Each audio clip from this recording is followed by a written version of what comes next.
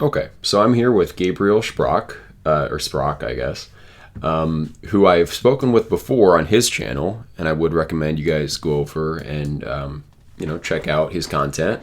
I didn't have anything in particular to talk about today. Last time, Gabriel had some questions for me, and they were good questions. So, what's been on your mind? What did you want to talk about today?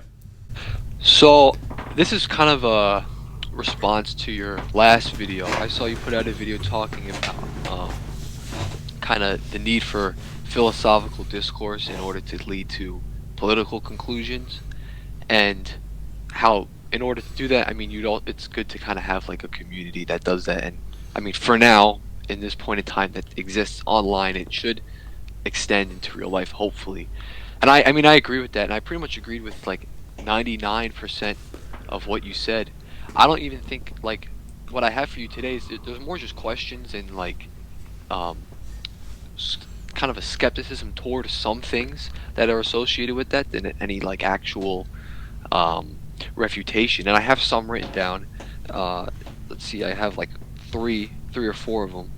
And I know like you have that idea regarding starting a school as your politics, and I assume part of that is because the education system is going to influence people and their thinking decisions, and that will influence politics if those people either run for some political position or they have some sort of position in society that affects the opinions of people who run for political positions or take part in politics at all. Is that correct, roughly speaking?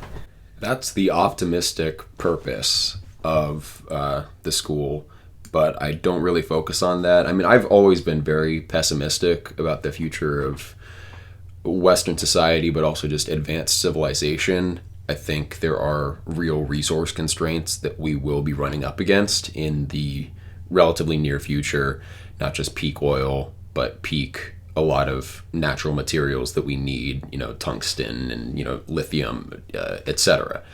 So I've always sort of expected some form of collapse scenario.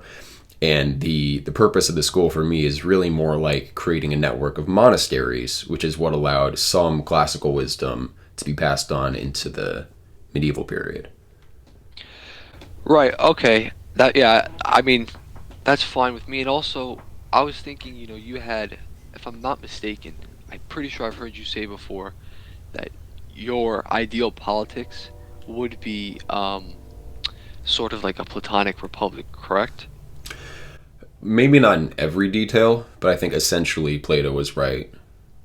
Okay, Yeah. and how would that be implemented, do you think? Like that's what I'm curious about, because I don't feel like I've heard you, and this might just because I haven't watched like enough of your content or like searched for it, but like, do you have like an idea of like how that would be implemented over time? Or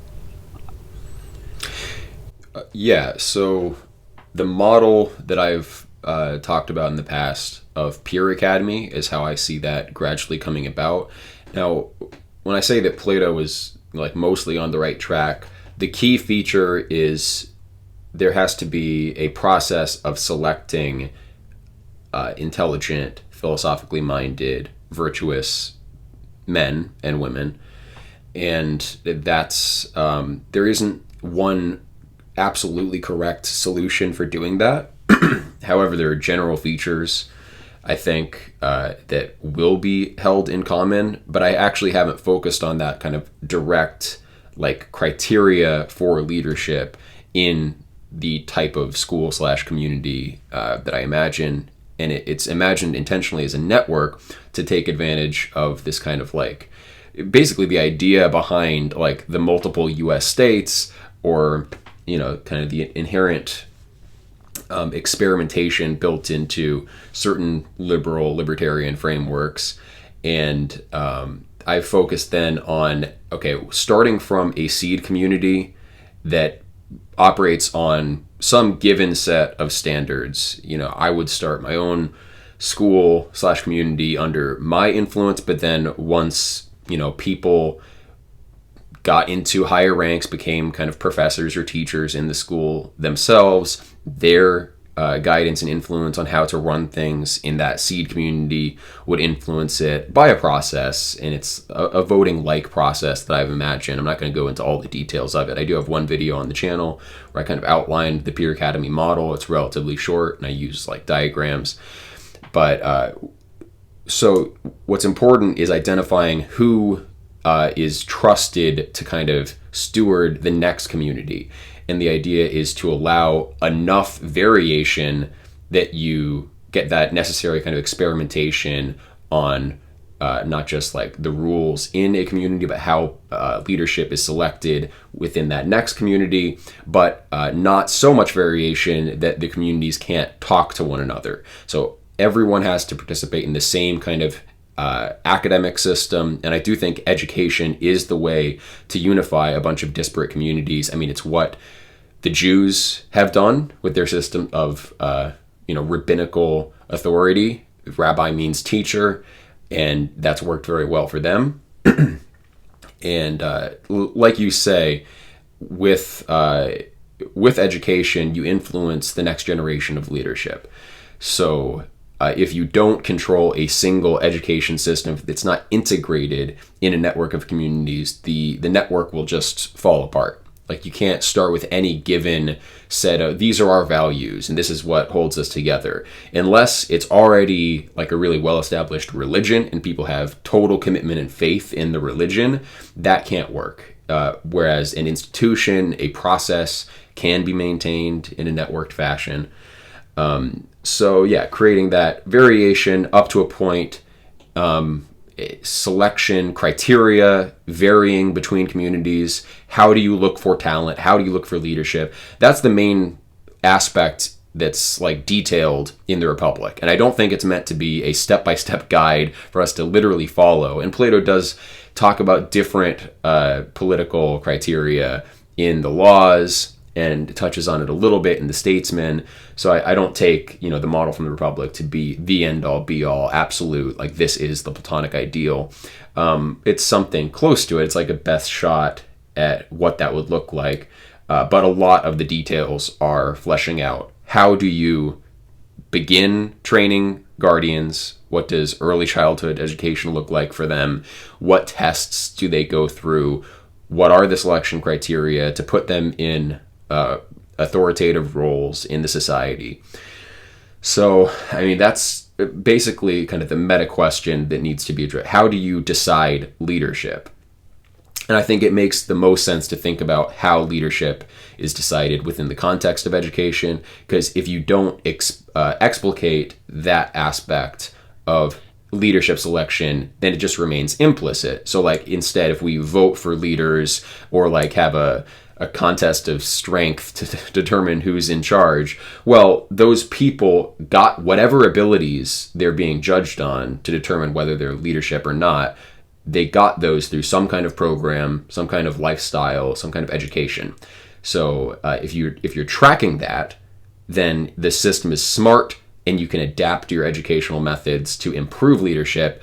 If you don't track that, like our current political system, it sort of does, because like you're probably not going to become the president unless you go to some prestigious Ivy League school.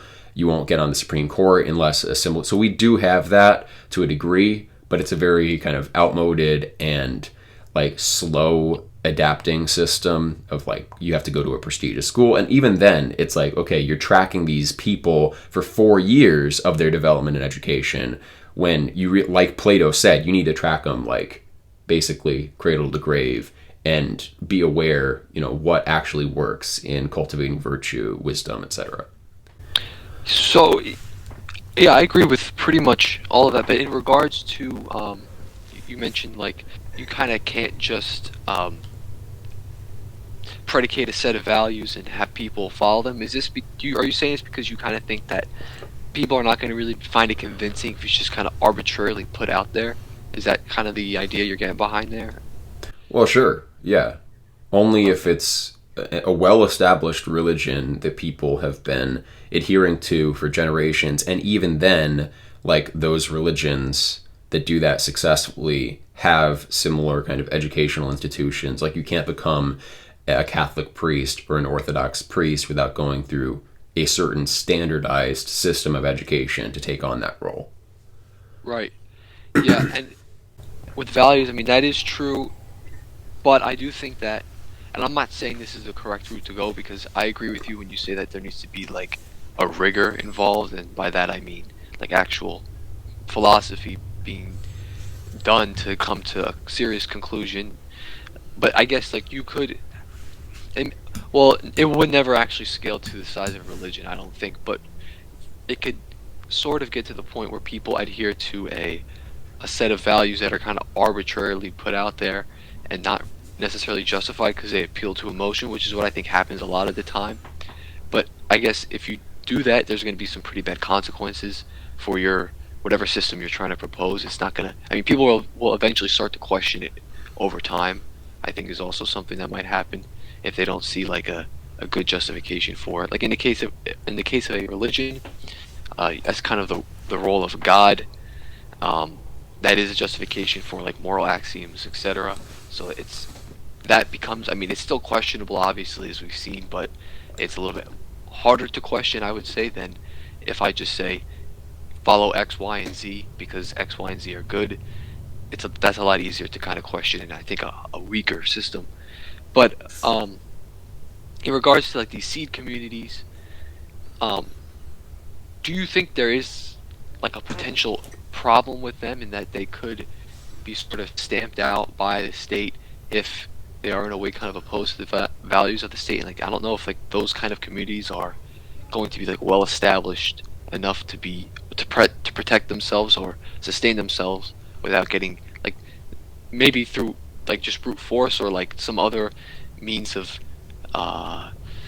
manipulation to where they can't really be sustainable. Do you think that's a potential problem, or like is that something you considered? Yeah, I think you're minimizing risk there. If your objective is ultimately to have influence over society, compete with the state formally or informally, you're going to run up against opposition in one form or another. You know, I guess there was a recent coup attempt in Germany, and that didn't work out for them, even though, you know, they weren't building schools. They didn't get Waco'd. They just got rounded up, even though they were distributed around the country. Like, physical proximity in the modern day, given surveillance technology, is not a huge factor. Like, they can find you regardless of how you're networking, regardless of how you're doing your activism. If they consider you a threat, they could take you out, whether you're all in one place or not. It really doesn't matter. So I think you're minimizing your threat by not actually engaging in a plot to overthrow the government or change the political order. Instead, just focusing on, you know, raising your children well, making an intergenerational project, build wealth in the community, just act as an in-group and look after one another's interests and grow power gradually over generations. And don't attract attention to yourself and don't bill yourself as this revolutionary force. I mean, the idea is just to make a resilient, parallel society that, you know, it's not just about schools, it's also about like all the different economic factors of life, integrating agriculture, even mining, you know, manufacturing, like do all of those things in your communities in an intelligent, distributed way that also just kind of minimizes costs, right? Like vertical integration, having multiple aspects of the supply chain in one corporation basically is really advantageous. You save money, you know, not paying for middlemen at all these stages. So just build wealth, build a network that if one day something happened, you know, we're hit by a meteor, a supervolcano erupts, you know, things are not stable, then your system is there to offer assistance to people.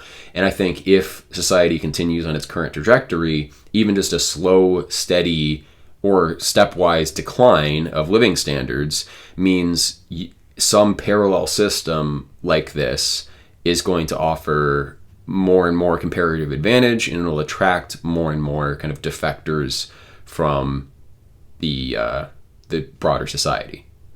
So I also, yeah, in that video you spoke about how um, it is important to sort of do this kind of dialogue that we're engaging in right now, because if we don't do that, then what will happen is some whatever group of people, some set of ideals is just going to arbitrarily enforce their ideals on the general population, whatever, and we won't necessarily know if those ideals are the actual objectively good ideals, as well as in that scenario, potentially, the possibility for discourse such as this is going to be minimized, because if they have power over us, we won't be able to have free discourse. Now, that is true, and I agree with that. But I also think that if there's always like going to be some sort of like ruling class or ruling elite, but even like that aside, we can not even we don't even have to consider elite or any of that. There's always going to be like just some sort of like power just to keep people organized and disciplined in some way. I mean, don't you kind of think like during the process of this discourse, it is sort of important to just to test out different means of, I guess you could say governance. Like, wouldn't part of the conversation also be putting it into practice to see to doing test runs? I understand there's a risk that if you do put something in, it can go horribly wrong, but then also isn't there the risk of not acting at all? I mean, what are your thoughts on that? Well, sure. Yeah, I mean, that's why the model of the network of communities, network of schools, is like I've suggested it, so that you can experiment with a bunch of different practices and you can put things in place within a kind of meta framework that allows flexibility, so that if poor decisions are made up front, it doesn't devastate everything. But yeah, what I was describing in that video was really more of, like I called it, a Platonic ideal of political cooperation. So, and I really mean it in like a direct interpersonal sense, in the sense that if we're following this ideal, like you and I, or you and anybody else you're talking to, should understand that if we're engaged in real philosophical discourse that's going to take it all the way through to political consensus, the output should be, okay, now we are aligned on our idea of our mutual good, our common good, and we can do that together. So not just at like the high level political scale, but just in direct interpersonal cooperation, rather than like, I'm going to leverage my clout, I'm going to leverage my wealth, I'm going to leverage some position that I have that's advantageous relative to you, and then I'm going to enforce like my value system, what I think is right.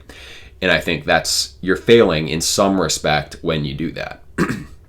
The better way to do it is to have that discussion, so that like, okay, the question is, what do we do today? What do we do tomorrow? Just pragmatically, like, you have to decide what is good for you to do in direct, like, material terms, economic terms. Like, what are we going to work on tomorrow? What work will we do? What is the most profitable thing for us mutually to do? You can answer that question in an individual sense, or you can answer that in a mutual sense. In a good relationship, you should be able to have that discussion, like with your girlfriend or your wife. Like, okay, we're going to have a date night. We both agree on that would be an enjoyable experience. Now let's see if we can arrive at consensus on what we would both like to do. Not all relationships are like that. Some, one person is the dominant party and they assert what they want, or they don't ask for feedback, or they don't want to reach that consensus. And like, well, I guess we'll take turns. Well, there you're not getting that kind of political alignment that I'm talking about in principle. It's just a commitment that in discourse, the output will be you and I literally cooperate together doing the same things, or we agree that it would be best for us to do different things that complement one another and lead to a common goal. So it's more of an abstract ideal, and it's kind of an ethos of how to engage in discourse. And it's just kind of making yourself open to working with people and discussing how you can move forward with anyone who has that same ethos shared in common, who's willing to participate in the same kind of abstract philosophical space. If you're up for that actual philosophical discourse, then you're part of this ideal polity, which can exist around the world with people of different cultures. It can exist in a distributed way. The output is we're all working towards that common good, and we're refining that notion of the common good as time goes on. So, I mean, at each stage, I guess, even in the ideal kind of scenario I'm imagining, there would be action that follows, presuming that you're not like currently engaged in the philosophical discussion. So you're going to cooperate based on a shared idea of the common good. Once you have had the discussion, when the discussion stops, if you're going to follow through on your prescriptions, you're going to do whatever that is that you imagine. And then if a further objection comes up, then you're back in that philosophical space. So either, ideally speaking, you should be discussing those differences and reaching alignment, or acting in a coordinated way together to bring about the common good. You're in one of those two phases if you're doing, the ideal polity that I was talking about. Okay. Yeah, and let's see. Do you think, so I know, like, I've seen some of your other discussions. There was one that was released like a couple weeks ago with, it was you, Joel Davis, and Ivan. You guys were talking about, I think, what was it, like nationalism or something like that. And you guys were talking about force. As the part of the conversation came up with force, and I'm just confused on like your position when it comes to that. So I mean, are you like, I don't take it that you're a libertarian, right? Because you debate Ivan on libertarianism? I didn't actually see Right. it yet, but I mean, so what is your, like, are you opposed to, like, I understand like being opposed to force when it's unjustified, but like I'm just kind of confused like what your position is on like the justification for. Is it only if you're saying it's only justified when it's being guided by objectively good moral principles, and I don't disagree with you if that's your position. Is that what it is, or is there more to it? Yeah, intrinsically, violence is bad. I think we should all agree on that, and you should avoid doing violence to others unless it is actually for the common good. And determining whether violence is justified in that lens requires this kind of ideal polity philosophical discourse. But also, I think maximizing voluntary interactions and minimizing coerced interactions is the way to go. So people imagine with libertarianism a kind of homogenous state. In a way, I am a libertarian or a minarchist, even though I advocate for a global form of governance, just because of, like I said, resource constraints. We have to coordinate things on a single planet. We have shared existential threats.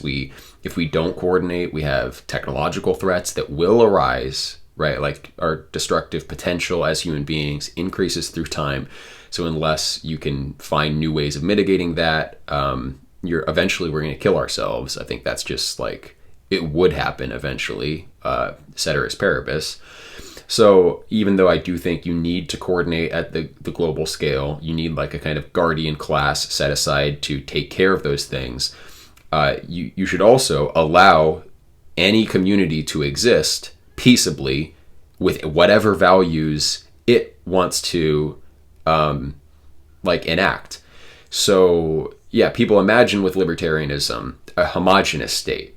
They think, okay, like we're all going to be everywhere in the country or whatever nation you're talking about, whatever political entity, everyone will have access to heroin at corner stores. Like that's going to be, because it's libertarianism, anything is available.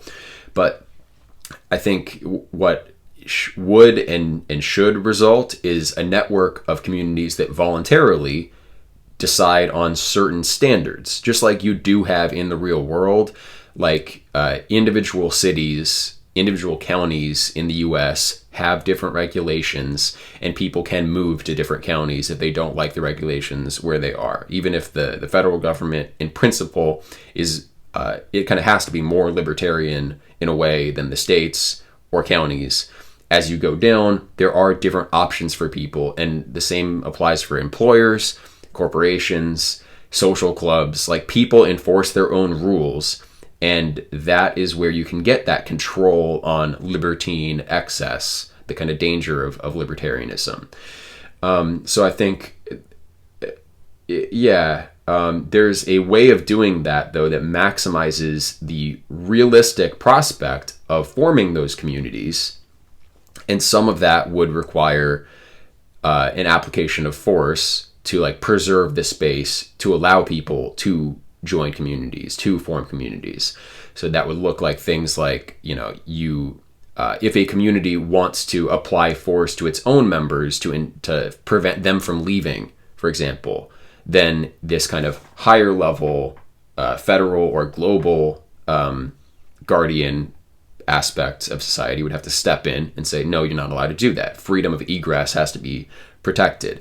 So, a certain amount of violent coercion would be necessary just to increase freedom, I think. And even pure libertarians would agree with that in principle because, they would say that defense contractors are justified in preserving non-aggression and, at being violent against people who threaten violence in some way. The real, where I depart from Ivan mainly and to the highest degree is in thinking that we need some kind of redistribution of resources at a global scale because currently everything's owned by a very small number of people who have gotten where they are because of central banking. There's no other serious contender for where does the wealth come from. There's one font of wealth in the current global economic system. It's the central banks, and everything else flows from that. Even other industries. The people in those positions are in those positions because they're kind of at the I don't want to use a crude expression here. They're at the trough of that central font, and we have to correct for that. I think the best way to do it is kind of what Plato suggests in the Laws, which is a basic allotment of land is something that people are entitled to. So I would be in favor basically of a one-time global redistribution where we believe that people have a certain right to land. I would say give everyone on Earth one land credit. And this is what this is kind of very pie in the sky, hypothetical, but this is what I think would be necessary to maximize freedom and maximize the ability of communities to come into being. You give everyone one land credit, set up a market. You can gradually also kind of detransition from the big landholders that have existed in the past. Have a cutoff. If you have a family farm that's 300 acres or less, okay, your family can keep that farm, do with it what you want. But gradually, lands will become available, will open up, and land purchases in the future ought to be done in these land credits so that people have access to a place to live and they can actually meaningfully form communities.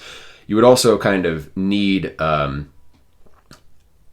way of facilitating, a mechanism of facilitating community formation where people can pool land credits together, form voluntary constitutions, and create and the way that you would do that is through the kind of peer academy model. So my whole strategy, the idea is you start with a seed community with these values, you create scale it into a network, keep scaling it. Eventually other systems fail because they're not as resilient. And then you're that global authority eventually. And the whole model of how to set up a new community and set up its constitution will have to be worked out through this process. So the guardian class at the global scale would be what facilitates new communities coming into being and also regulates making sure that they're not unduly coercive. Not that you can't have punishment of criminals and stuff like that. But yeah, it's sort of libertarian in a way, but I do think a new way of doing things on the planet needs to happen. And I think that's what, Christianity teaches as well, not in those specifics, but there will be a new kind of political order on a planetary scale. I think we need it because otherwise it's just the bankers rule the planet forever. No matter what we do politically, if the same financial system persists, no meaningful change happens. Bankers rule everything, and so that has to be changed with force. Ivan thinks that if like we made things libertarian starting like this is day one, very quickly things would just correct themselves. I disagree. I think people, like certain factions, certain parties have been given and have acquired huge advantages that they're not going to lose. And I think a snowballing effect would happen, and has been happening for a long time, unless you like stop that, punish people for the violence that they have done, including violence through usury, debt slavery. Punish that. Take resources away from people who have gotten where they are through those means, and then facilitate as many new communities, as many new ways of life cropping up as possible. But always offering this kind of participation in the ideal educational system, the ideal philosophical discourse. So I know that's a lot, but that's kind of where I stand. And I assume you mean, like, when you say it's sort of libertarian, I guess in the ways what you're getting is that it's a little bit more decentralized on like a local scale than it is currently. Is that kind of what you mean? I mean, it abides by a freedom maximizing ethos in a way, where my goal, I think, if a community can come into being, it should, like, just to test it, if nothing else. And I think that's the way, God works in creation as well, like giving as much freedom as is possible, putting certain constraints on us. We don't have unlimited freedom in every respect. But I do think that's also why I believe in many worlds and various other things philosophically, or one of the reasons that it abides this kind of teleological principle that you should allow as much exercise of will and as many goods to exist as is possible. And with that comes like, okay, you're going to get people abusing that and creating evil, but that's why you need other mechanisms for separating the wheat from the chaff. Continual selection of wheat from chaff is kind of the principle. Okay, and like I'm just want to use the example of America just to kind of focus in a little bit more here. In this theoretical system, would there still be so there would be, I guess, a federal government and then like a local government, and then there would be like a sort of, well, I think you said guardian class, which is sort of like it transcends all nations, right? Is that kind of the yeah. Yeah, Okay. But the thing with the federal, local government, like you can't have nested political systems, and I think you would, and they would go by like regional differences. But the principle is that you allow new communities to come to being that form their own constitution voluntarily, whenever, without being coerced and forced into being under some given federal system of laws, state system of laws. Instead, communities would just be autonomous and self-governing, except where the guardian activity has to step in, which would involve things like making sure that they're not developing weapons of mass destruction, dangerous technologies, and that is an adapting and changing thing. How would you have to regulate local communities to make sure they don't pose an undue threat to humanity or to others in general? That changes with time and as technology changes, and so the responsibilities and the ways that the guardians take care of that would change. But yeah, I don't think anyone should be forced to be in a political system if they don't want to be. And it has some seemingly unpleasant consequences for people who believe that nations are intrinsic things, and we should build our politics around the existence of these biological entities, basically, because people from around the world, in my view, if they want to voluntarily cooperate and get land together somewhere and have their community, they should be able to do that with no impediment. So it should be a kind of open market of territory. But on the other hand, people mostly voluntarily want to be with people who are like them. So it doesn't realistically, according to human praxeology, pose a threat to the existence of these biological entities. In fact, it would allow them to become more highly differentiated. Like if we like the existence of Frenchmen and Englishmen and the Irish and all of these particular differences, then I mean, presumably we want more of that, and we want someone in the community of Glasgow or whatever, wherever, Paris, they should be able to be more and more their own thing and create their own. But you have to imagine it in a dynamic process, because the more you go to like, well, this is the way these territories have been distributed in the past, the more like you're not gonna overcome the inherent violence in the way that these territories have been distributed. That including the usury, including the conquests of the colonial era, like it has to, the system has to become modular and networked. Political enfranchisement has to be networked and modular. Sovereignty has to be networked and modular so that it's adaptable at any scale, in any context, so that if we start colonizing other planets, you continue the same process and it's not a problem.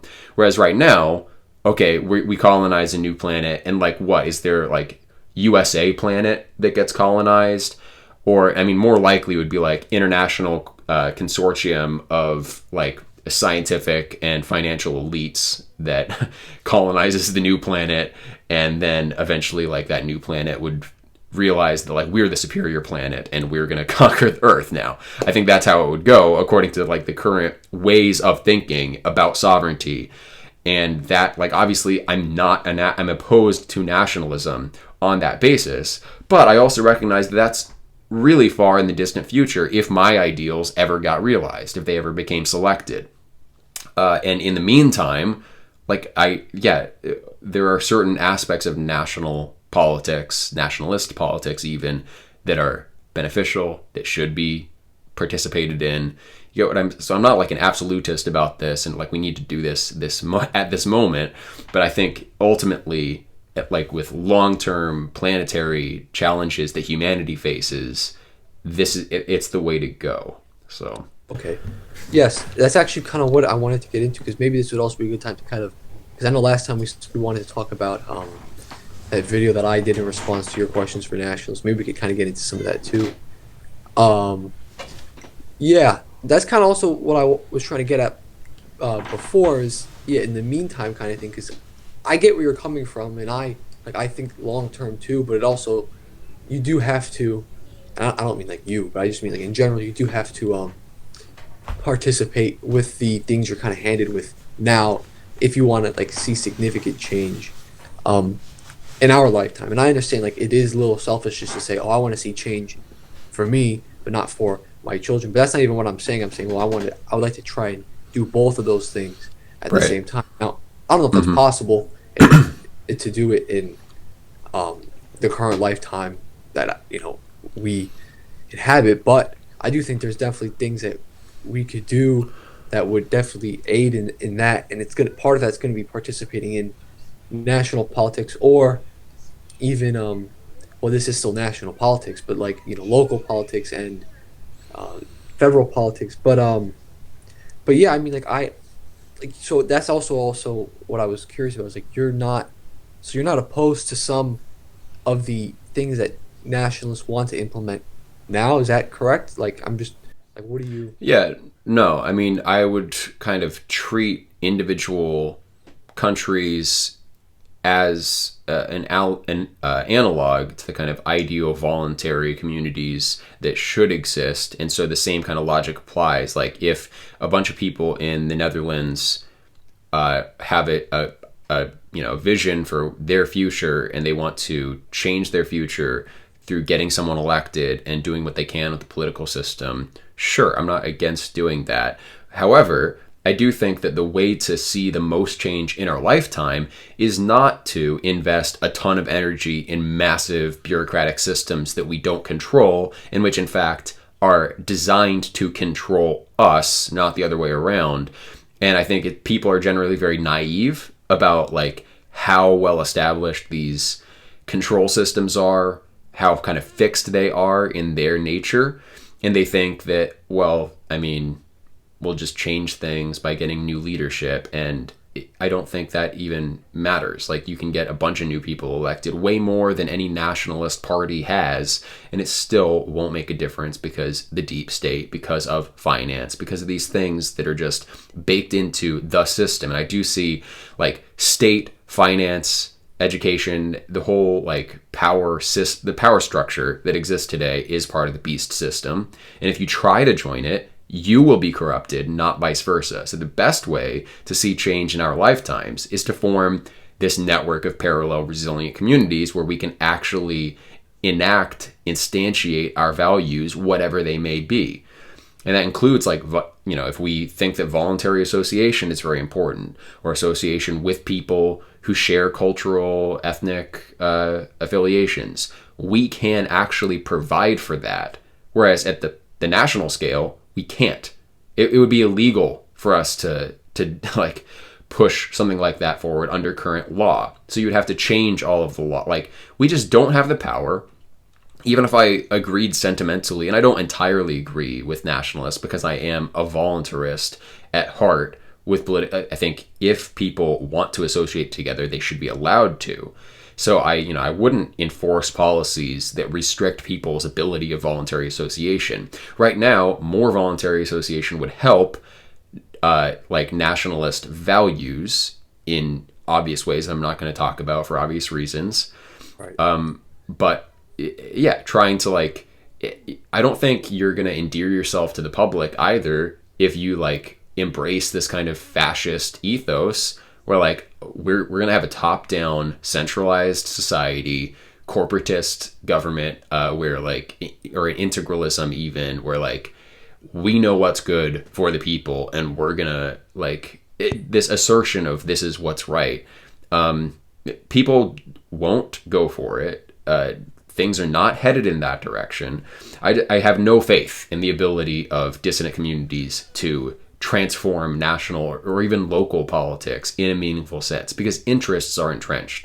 Like, for example, stuff about like, the ethnic character of the U.S. should be preserved. If you believe that, I think you don't have your eyes open because like in my family, a bunch of my extended family now is half Mexican or mixed in some other way.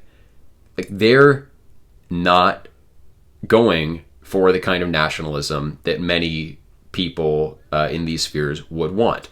And that's thousands, millions of people. And basically everybody, when you talk about like, okay, in your broader network, in your extended family, do you have these blood connections and marital connections now to people of different backgrounds? You do. And that informs people's decisions.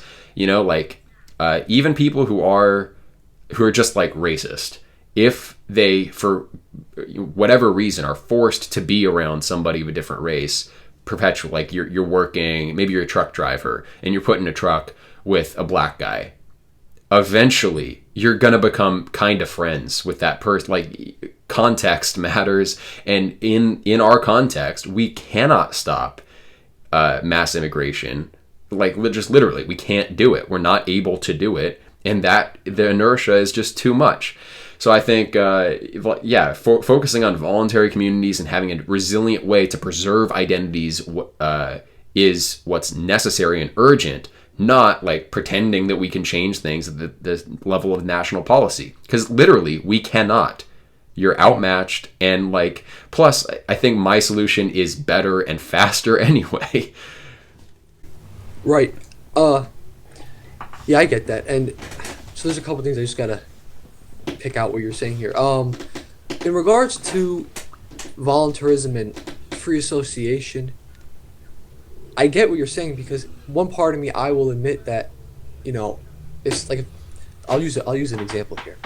Let's say you have a friend, right? And that friend doesn't really like want to hang out with you anymore. Like, I don't want to force that person to hang out with me for the main reason that I don't want to hang out with somebody who doesn't want to be around me. It's just going to be weird. Yeah. It'd be better just to let them go do their own thing.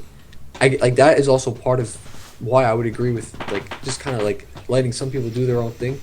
But at the same time, like, I don't necessarily see a problem preventing some forms of association between people that would be harmful on a societal scale, because I don't think your individual actions are isolated from the rest of society. And I mean, I don't think you think that either, but like if someone is engaging, like, I wouldn't be fine with having the association between gangs forming, whatever, some sort of drug cartel or whatever.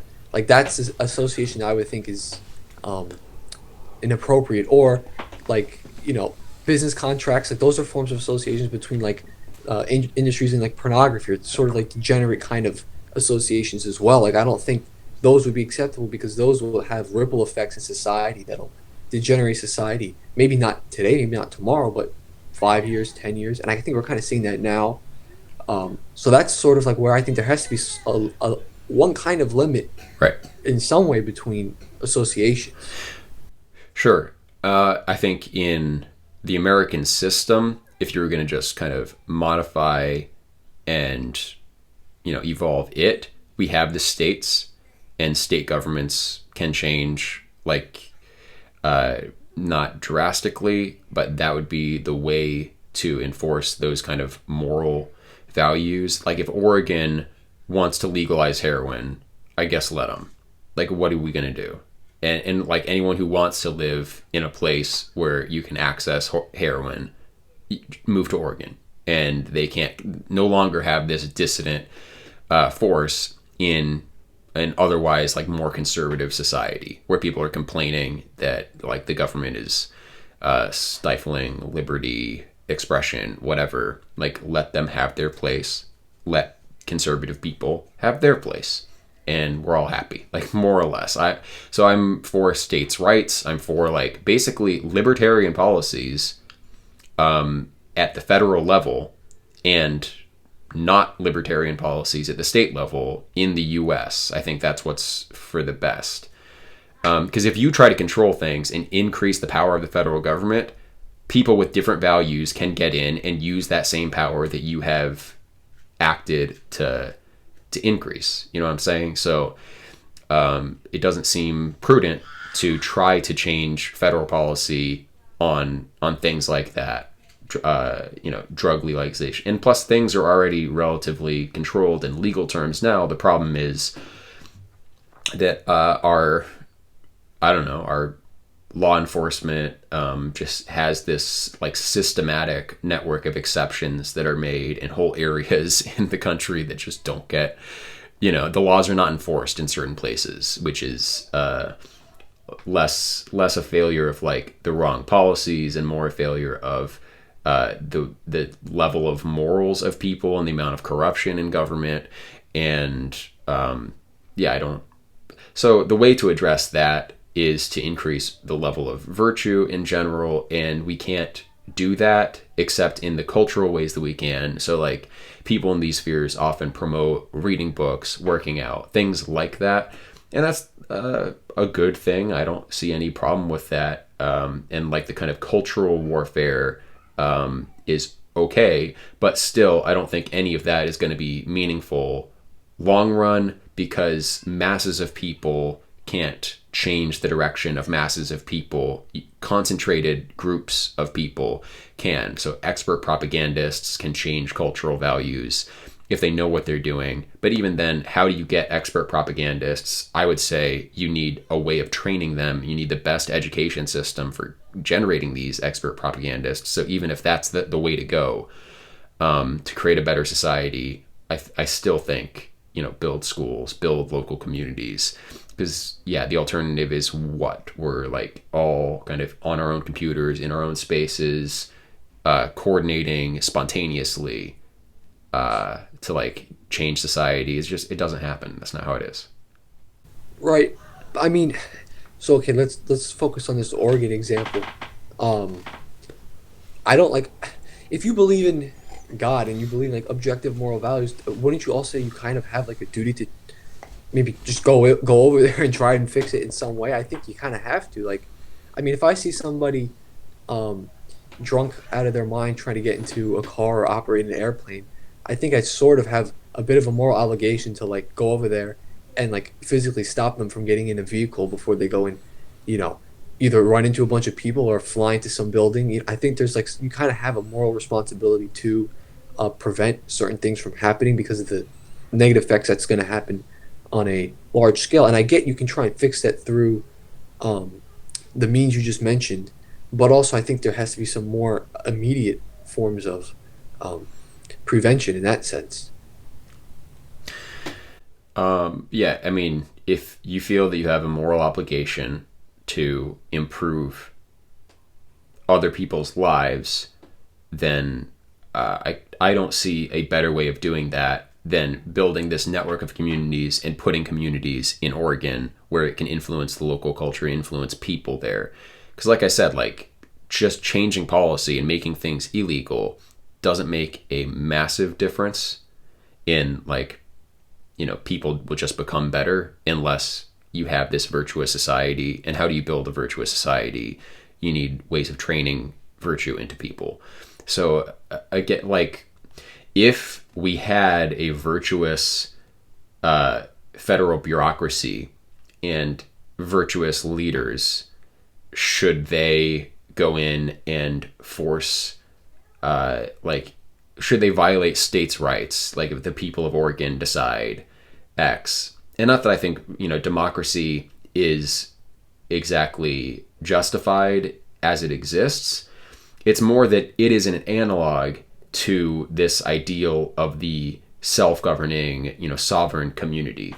So, like, as it stands, people can move to various states in the U.S. They do have freedom to choose in that way. And if people are choosing to live in a place where laws like that are being enacted, it is plausible that like there is actual voluntaristic consent involved here. It's because pure democracy, if you're like all stuck in one shared polity and the majority votes for something that's immoral, I think then that is a threat against the moral minority, and something like that's an immoral situation. But if you have freedom of egress and you can leave Oregon, virtuous people can leave, vicious people will, I guess, stay. Should you go in there and violate states' rights and force them to have a different set of values? I don't think so, because the people who believed that having heroin will make a better society, they will not stop believing that, and that dissident force in society will always persist, because they'll give the line that like, well, we don't know what it would have looked like because you stopped it through force. So instead, let the experiment play itself out. Let vicious people suffer the consequences of being vicious. And as far as like, if you believe in God, I think God operates according to the principles that I'm saying. Separate the wheat from the chaff, allow it all to grow, and then separate it. Don't try to micromanage the garden. Like that, God does not operate that way. Okay, I mean, I get the point you're making where you're saying that. Like, are you saying this because you just think it'd be a waste of time, or do you actually think that it's like immoral to go in there and do something about it, or is it both? Well, there is a threshold, of course. Like let's take it back to the guardians and the voluntary communities, because that's the ideal. And the states are just an analog to that in my mind right now, morally speaking. So with the communities, if a given community starts developing something that's dangerous for others in a physical sense, or if they're like, say they develop some propaganda system that like forces other communities to accept the television stations that they put out, or the propagandistic content they put out, that even if it's not threatening people violently, like you shouldn't be able to force other communities to have access even to your information. Anyway, so in that case, I think it's justified for a higher authority to step in and prevent that spread of the danger. But if a community wants to have like immoral practices internally and they're not forcing it on anyone else, then I don't think it's justified to go in and force people to be more moral, and unless they're in your society with your values. I think you should allow that. I think it is immoral to stop people from going down like morally negative paths of their own accord by their own free will. I think you do have a moral obligation to try to influence them for the better, but I don't think it's acceptable to go in and prevent it by force. Because God already provides for a corrective. It's karma, it's consequences that do happen when people are evil. So, like I said, God allows it all to grow, and then he selects. So I think that's what we should do as well. So if someone is forcing evil on others, stop it. It's pretty straightforward. If they're not, then allow that God will stop it eventually. You don't actually have to step in. Now, okay, I can actually kind of see where you go with this, because I think if you took the idea that we have to stop and micromanage evil in every aspect, you do kind of end up leading to what we have now, which is like American foreign policy. I think might be kind of an example of this, with campaigns in the Middle East and all that. That could be I can see how it could lead to sort of issues like that, is what I think you could also be getting at here.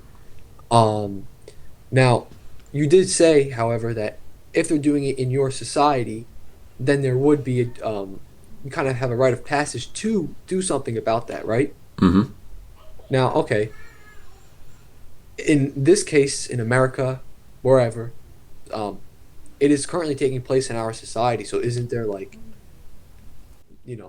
sort of justification? That's why I talked about states' rights. Because if you're in Oregon, first of all, you don't control individually the society because you believe that you're right about your values. I think if we're going to engage philosophically in that ideal sense, we have to acknowledge that our values individually could be wrong. So if you're in Oregon and people are doing things that you don't like, you do have a moral obligation to try to improve your society, and I think this is the better decision, just relocate to where people do share your values. But I wouldn't count the society as the federal government entirely. It's an unnatural scale in the first place. This isn't, it's not right to call the United States of America in its entirety one society. It's not. It's many societies. And the more, it would be better to have something underneath the level of states' rights, to have more autonomy and more freedom for individual communities to set their own policies. As long as freedom of egress is preserved, I think overall that leads to a better society, because, okay, you can have a county in some state somewhere that prohibits drugs and alcohol and cigarettes and forcibly makes the people there go to the gym 3 times a week somehow, have tax penalties if you have a high BMI. Stuff like that would be good. But if you tried to do that at the national scale, that, in my opinion, would be immoral, because you shouldn't just force what you think is right, because you're not certain about what's right. I mean, you can be very, very sure and you can make arguments, but if it has that moral force and rational correctness, then instead just create societies and engage in societies voluntarily where you can enact what you think is right and prove it. You actually have to prove it, rather than presuming that you're right and then forcing it on everyone else. Because that is what, the progressive side of things does as well. I think that is immoral, and it's not even effective. It's immoral to force what you think is moral on others, and it doesn't actually work because, like I said, you just increase the power of the federal government, and that can be used for good or ill. And it's also true, I think, that in general, if you mix good and evil people together, the evil people influence the good and not vice versa. If you have a bad kid in a class of good kids, he corrupts the good kids, not vice versa. So the best way of increasing virtue is allowing these groups to separate, and don't force the good to interact with the bad unduly. Allow the bad to live with the bad, and they will create their own hell and demonstrate that their way of life is not good for people and should be avoided. And if you don't allow them to demonstrate of their own accord that what they're doing is wrong, then you just encourage people to have this kind of victim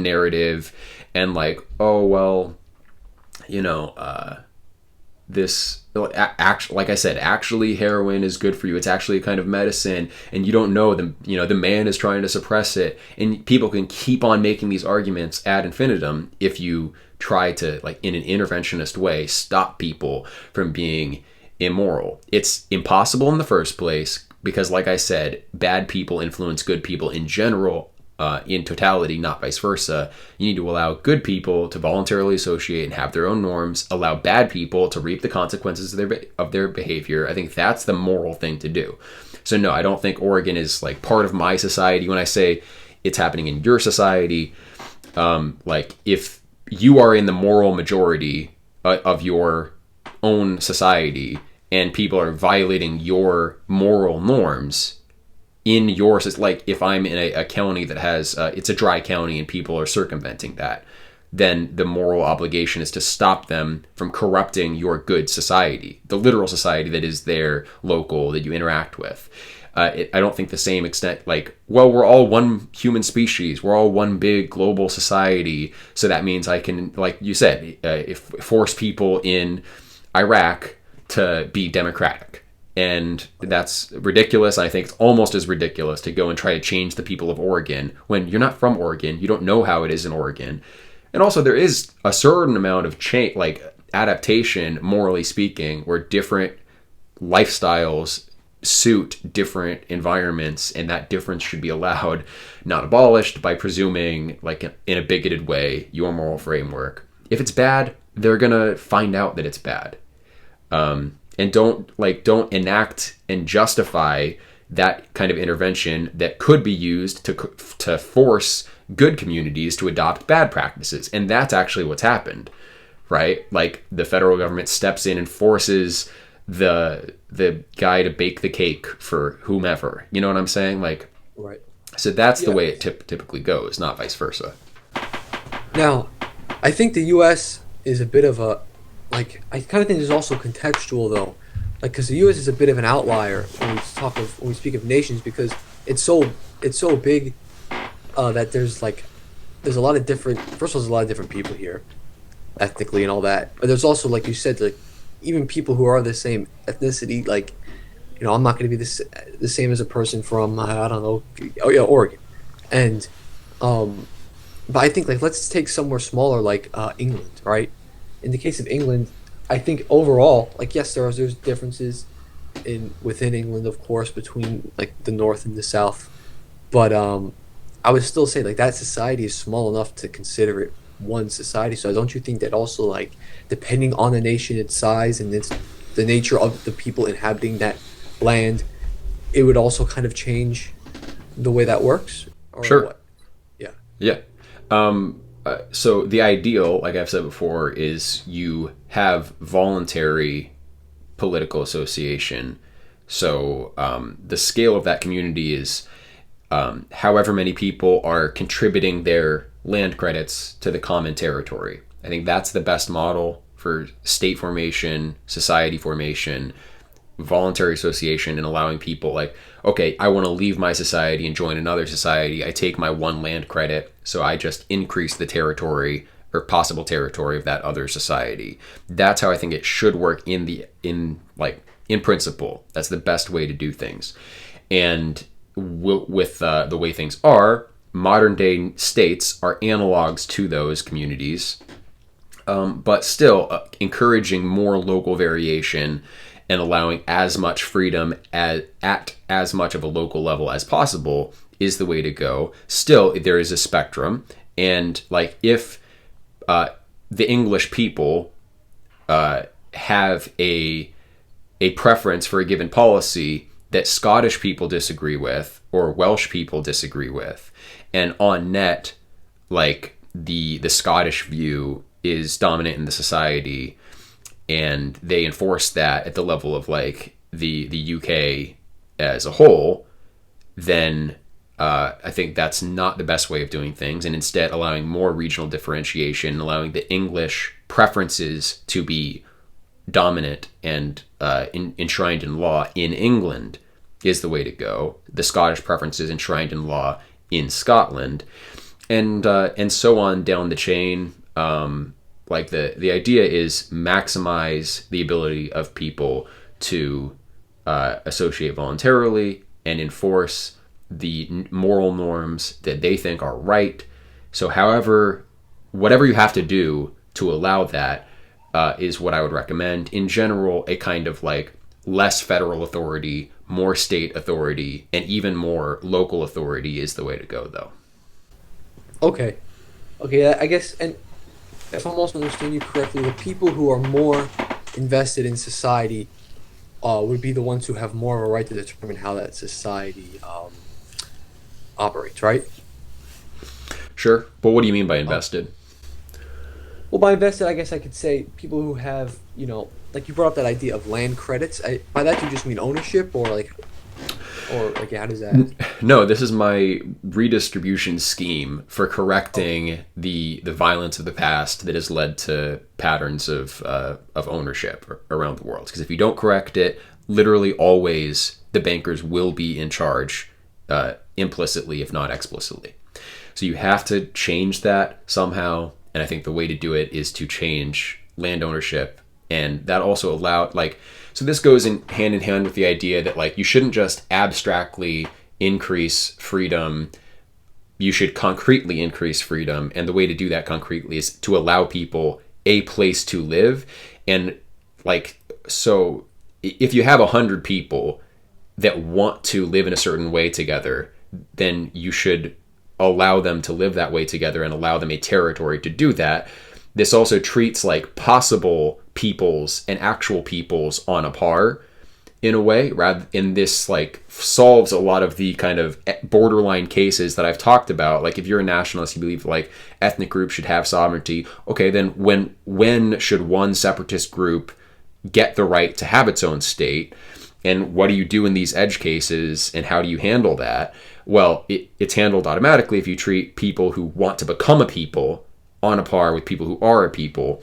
So if everyone on Earth has this one land credit that's tied to them, also I think the moral thing to do for other reasons is to pass that on in an equally divided way among offspring. So everyone alive today gets the one land credit.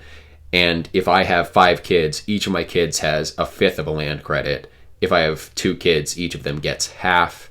And if my wife presumably also has the same number of children that I do, although we know that's not the case in many relationships today. And so basically the mother's land credit is divided equally among her children. The father's land credit is divided equally among his children. And that allows, in perpetuity, everyone to have some right to a territory and the ability to join a community. That also incentivizes people to accept people who want to join a community because they bring that land credit with them. They increase the size of the territory. Or if someone wants to be a hermit and live by themselves, they can do that too. So I think, that this is just the right way to go about it, a credit system. And I think it wouldn't be that hard to track. And you can associate it with DNA, you can associate it with fingerprints, whatever biometric is. And I know that sounds like the beast system in a certain regard, but I mean, it's just kind of a very pragmatic way of going about it. And there's a reason why that's being suggested and adopted in some cases. But anyway, I mean, is that clearer about what I mean with the land credit? Is it almost like a right for people just to have a living space? Is that kind of what you're getting at? As an individual, you have an intrinsic right to some space to live. Now, okay, right. That's fine. But my question is, can this also apply to groups of people? And I mean specific. It could be ethnic groups, it could be religious groups, whatever. I think that that could also, if they all have land credits and they get together, then I guess that exactly. Okay. Yeah, so that facilitates it. If all the Catholics in the world want to create the Catholic utopia, well then you have 1 billion land credits. They can control all of South America or wherever, and also you can kind of have a distributed polity in a greater respect, so that the borders wouldn't look as much like they do today. Things would. so like it would be hard to have completely contiguous regions in all cases. But if you think about how you interact with higher level government, it is just kind of a service provider, and the physical proximity, I think, is more just how things have been, not how they have to be. And I think a networked model of government kind of makes more sense in a way. But in general, I think like you would get this kind of homogenous, contiguous territory emerging, because that is what people want. And so like, you have the Catholic utopia that gets the Pope has the billion land credits to spend. Now on the market, the international land market, he can look for as much contiguous space to create as many like Catholic enclaves as possible that are as closely, packed together as possible, and people generally want to be around people who are like them culturally, etc. And so there would be a tendency for people to move towards not to want to like make a sticking point of having the Buddhist colony right in the middle of the Catholic utopia, and like never, like I think the Buddhists would kind of understand like, okay, this is kind of not our place anymore. There are more Buddhists over in Asia. We should probably, move our deal over there. So migration of peoples is something that happens. We have to figure out how that should happen. And I still think the land credit solution is the best way there. Now,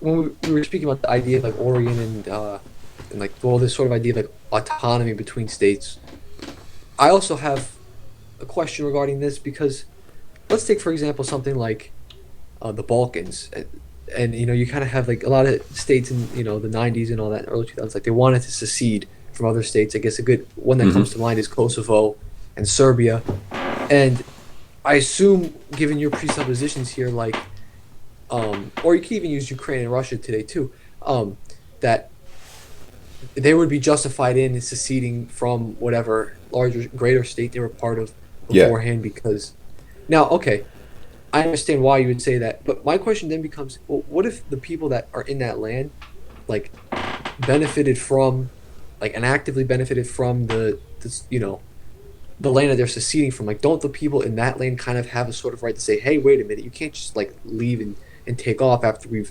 provided X, Y, and Z for all of these sort of things that you kind of benefited from? Like, don't they kind of have an authority to say, hey, wait a minute, you can't just go become autonomous with all this stuff we helped build here. We have a right to sort of rule over it too, since we kind of cultivated everything here as well, even though you're the people that lived here. Like, that's kind of a unique case. I guess, that becomes tougher if like a federal government has invested in infrastructure in a given place, and that place wants to secede. Like, can they go and take their buildings back? I guess a case could be made for that.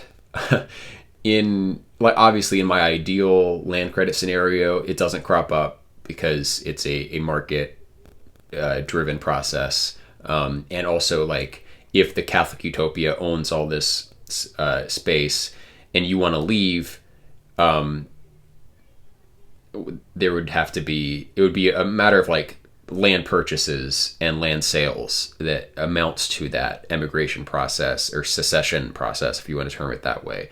Physical infrastructure, basically stipulations, provisions would have to be made. If the Catholic utopia builds a huge cathedral somewhere and that parcel of land ends up being the one that is sold off, like, that would either have to be factored into the value of that particular parcel of land, or the church would have to have like put it in a contract that they can like take their cathedral back somehow. That's a tricky issue in general. I don't know how relevant it is in any like existing case. Like, do you have a historical example or something that's happening in the modern day that looks like this?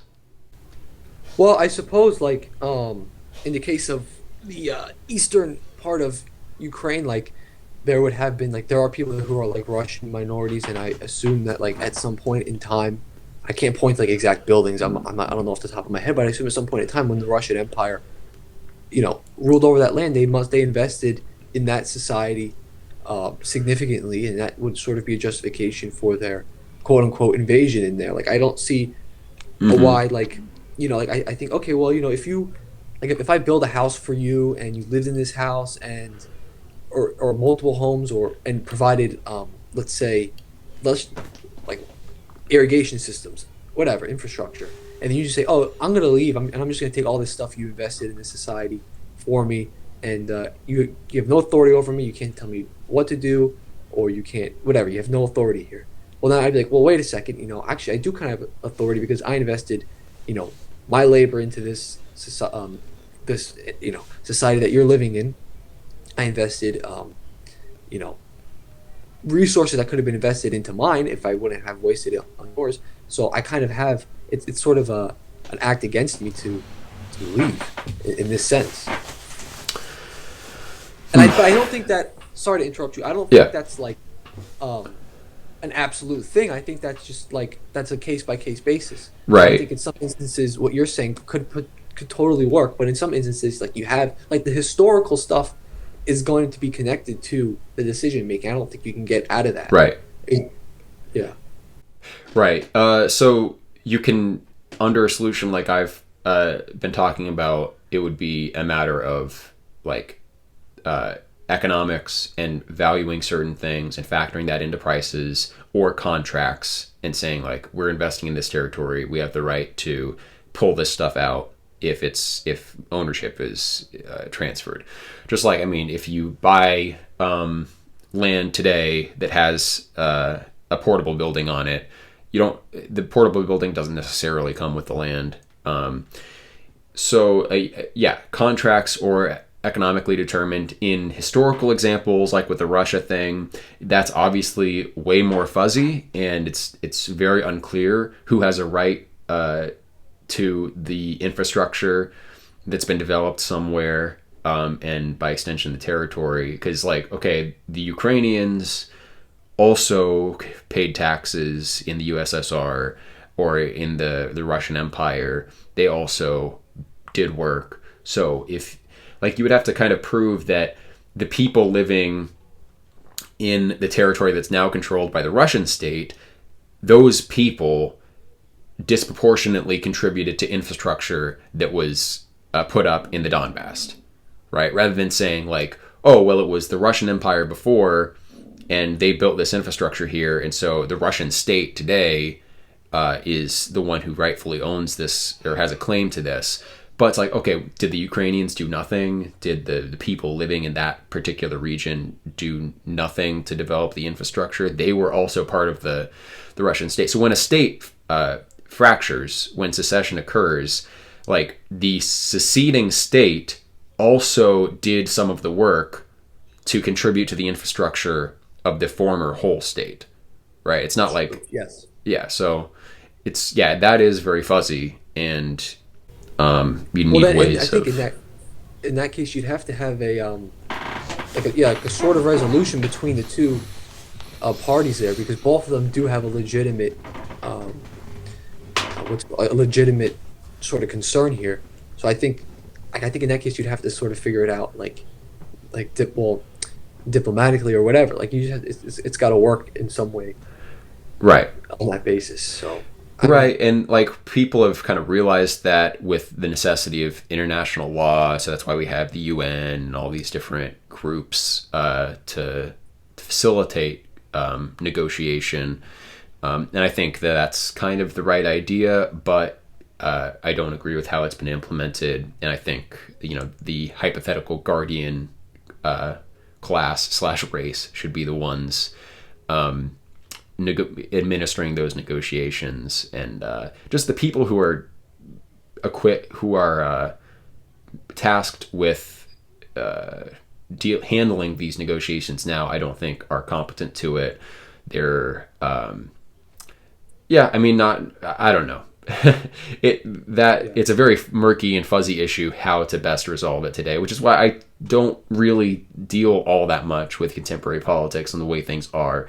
I would rather just kind of build what I think should be built independent of what other governments are doing, and try to scale that, and not I just don't worry about it too much, basically.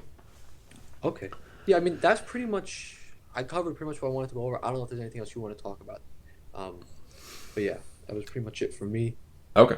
Well, why don't you kind of, I guess, tell everybody like what you do on your channel, what you Okay. have been talking about, other YouTubers that I know that you are, I guess, in the Discord server with Telosbound. I've talked with Telosbound. I think Yeah. he has a network. So like, what's your group of people that you associate with, and what do you do with your channel, basically? Okay. Yeah. So I'll answer the first question. What I do with my channel is basically, um, well, the story behind it is that when I was doing a lot of research on politics, philosophy, I kind of needed like an outlet to sort of just like dump all that information I learned into something. So I thought starting a YouTube channel would probably be a good idea for that, and it also would allow me to kind of engage in discussions like this and communicate with other people.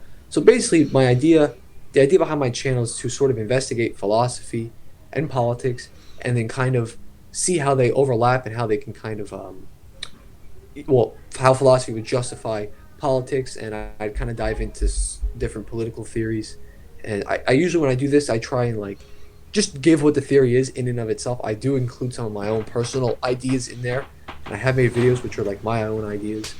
But um, for the most part, it's just about investigating different political theories and as well as philosophical, not necessarily theories all the time, but also just like problems. Like some of my Mm-hmm. first videos, my second video was on like Descartes' cogito, and I had made some videos on monism and just like specific issues in philosophy that I think are important that not a lot of people talk about.